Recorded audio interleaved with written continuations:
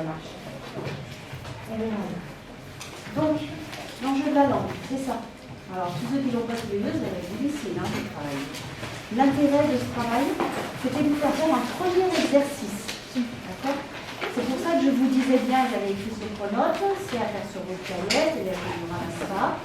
Si vous voulez me le rendre, pour que je le regarde et je dise ce qui va et ce qui ne va pas personnellement, bien sûr, vous me le rendez. Mais ce n'est pas obligatoire. Ce que je voulais, c'est déjà que vous fassiez un premier exercice, puisque c'est la première fois qu'on en faisait, pour que vous constatiez ce qui va, ce qui ne va pas. Alors déjà, par rapport à ce que vous avez fait, est-ce qu'il y en a qui ont des remarques? Ça vous avez trouvé facile, pas facile, quelles difficultés vous avez rencontrées? Moi j'avais une question, parce qu'un manuel disait que parfois on pouvait rajouter de nos connaissances dans les documents. J'ai vu que c'est une synthèse, normalement on doit résumer ce qu'on voit. Non, justement, synthèse, ce n'est absolument pas un résumé. Il ne faut pas que vous vous disiez que c'est une synthèse, donc je résume. L'aspect synthèse, ça veut dire que je synthétise mes connaissances avec les éléments qui me sont apportés par les documents. Donc je mets en relation mes connaissances et ce qui est apporté par les documents. C'est pour ça que si vous vous rappelez, je vous avais expliqué, c'est un peu longtemps, un peu loin maintenant, que normalement c'est 2 documents maximum. Et que moi je vous en ai mis 5 pour que le surplus des documents, ça soit un peu comme vos connaissances. D'accord? Donc là, hormis lire le résumé de cours que je vous avais donné, avant les vacances aussi, c'était celui-ci, le résumé de cours. C'est ça. Là, vous deviez lire au départ. C'est tout ce qui était nécessaire, et après, les connaissances, c'était les documents supplémentaires. D'accord? Et normalement, c'est bien 2 documents et uniquement 2. Hormis ça, qu'est-ce que vous avez constaté d'autre? Est-ce qu'il y a eu des difficultés? Au niveau méthodologique, c'est un peu la même chose sur la composition. Alors, c'est des facilités. Voilà, au niveau méthodologique, ça je vous l'avais bien dit, quand on a vu la compo, finalement, c'est pas tellement plus difficile. On mélange ses connaissances avec les exemples qui sont apportés par les documents, et on utilise les exemples des documents pour, finalement, en quelque sorte, ordonner ses propres connaissances. Et ces connaissances pour ordonner ses idées. Donc quand on a compris le principe de l'argumentation, c'est le même, qu'on soit dans la compo, qu'on soit dans l'étude de documents. D'accord? Est-ce qu'il y a d'autres remarques, ou d'autres questions, d'autres choses qui vous ont paru difficiles? Du coup, là, vu qu'il y avait à peu près 5 documents dans notre introduction, je disais qu'il fallait présenter les documents, mais donc là, en perso, moi, j'ai pas fait beaucoup d'introduction.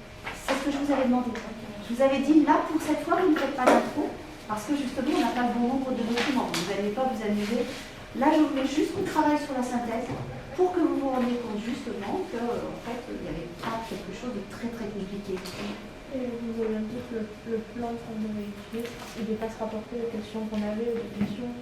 Il devait pas se rapporter aux Si, au contraire, il devait se rapporter. Regardez ce que j'ai mis à côté des questions pour vous guider. Et on avait bien vu à l'oral, en fait, les questions, elles servent à quoi? S'il y en a, elles vous servent justement à voir qu'est-ce qui est important et donc quel plan vous devez faire. Ça vous aide à faire le plan.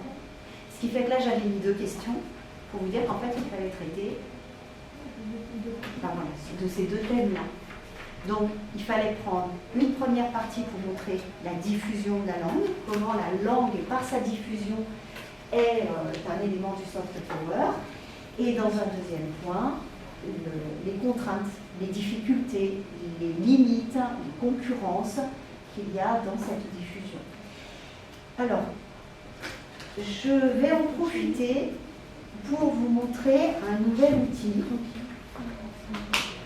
que je veux que vous utilisiez. Donc ça sera aussi quelque chose qu'on verra au 3e trimestre.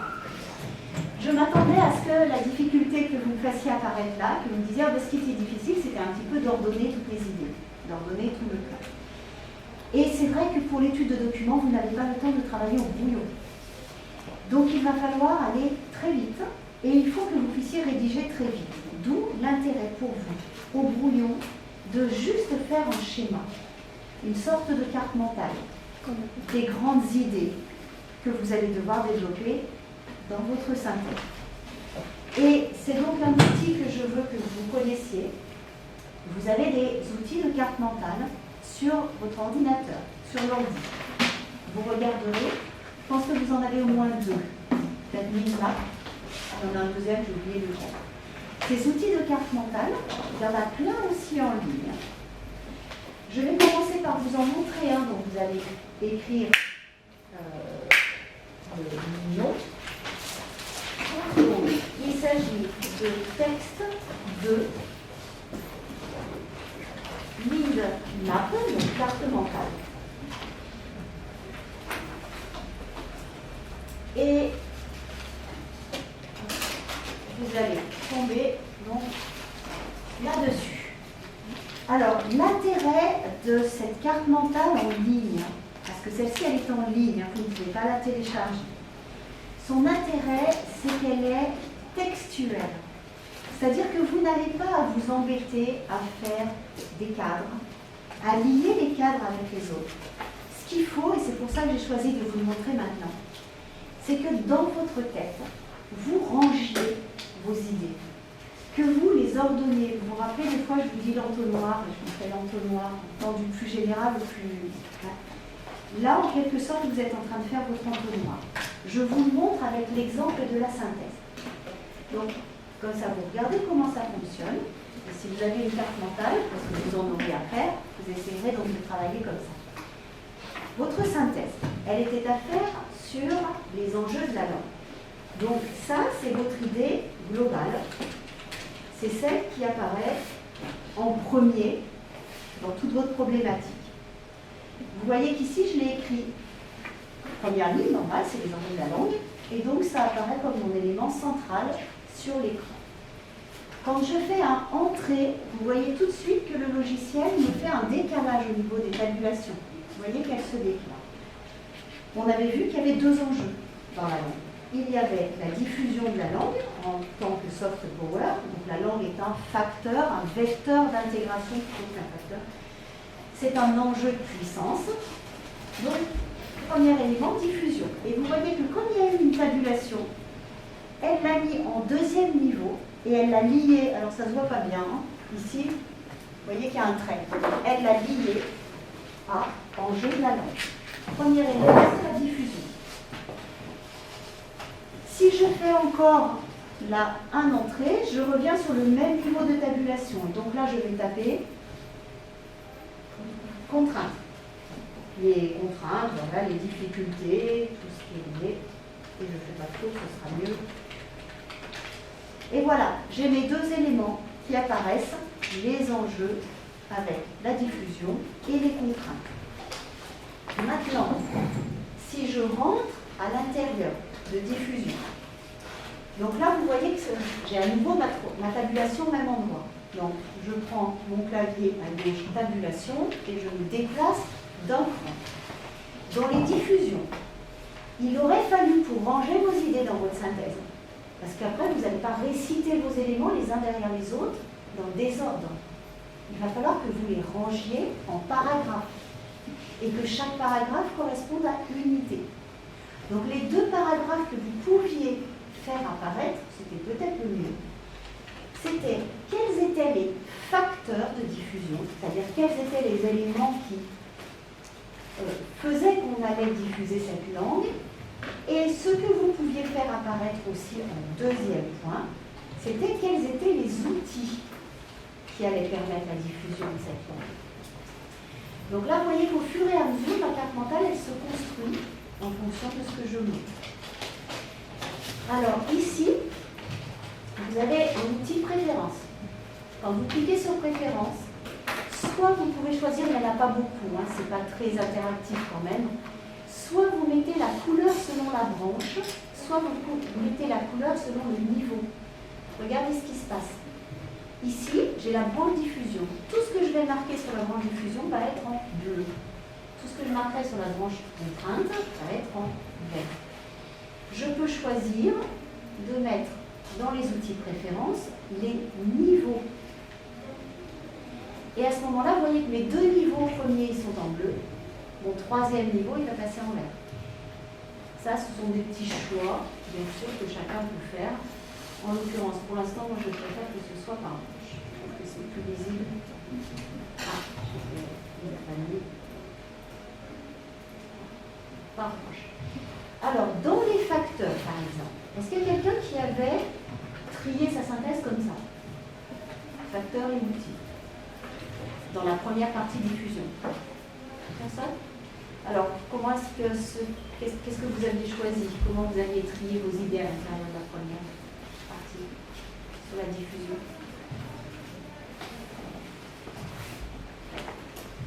N'hésitez pas, hein. Le but c'est justement qu'on discute. On voit ce que vous avez fait, comment vous l'avez fait, pourquoi. Comment vous avez trié vos idées dans la diffusion, dans la partie diffusion?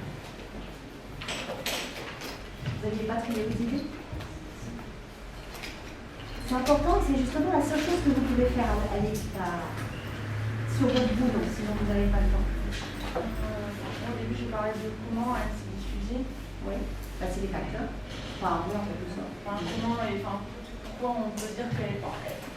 Comprendre pourquoi elle est présente par exemple en Afrique, ou voilà.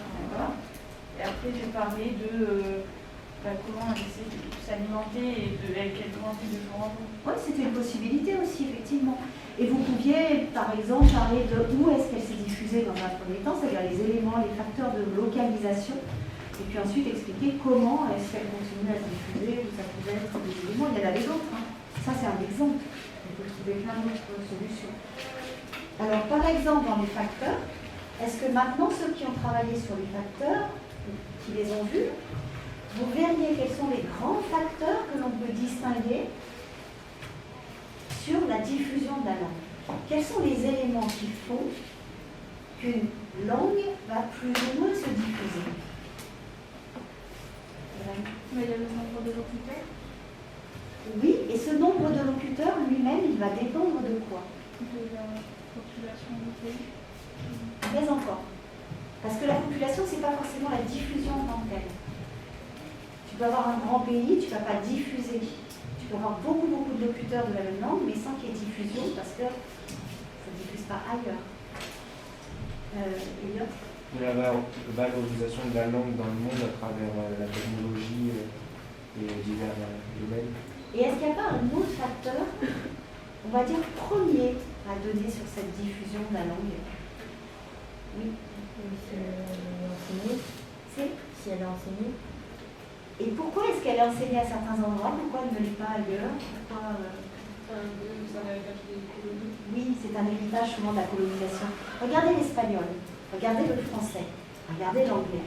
Où est-ce qu'il est la plupart du temps parlé? C'est dans les anciennes colonies. Donc c'est ce qu'on pourrait faire apparaître, par exemple, dans les facteurs. On met dans un premier temps les facteurs historiques, avec notamment le rôle de la colonisation. Premier facteur. Après, celui qui a donné Irène, bien entendu, il est complètement valable. Mais il va dépendre de ce premier facteur-là. Après, si une colonie est plus ou moins peuplée, il va y avoir plus ou moins de locuteurs. Donc on peut mettre les facteurs démographiques.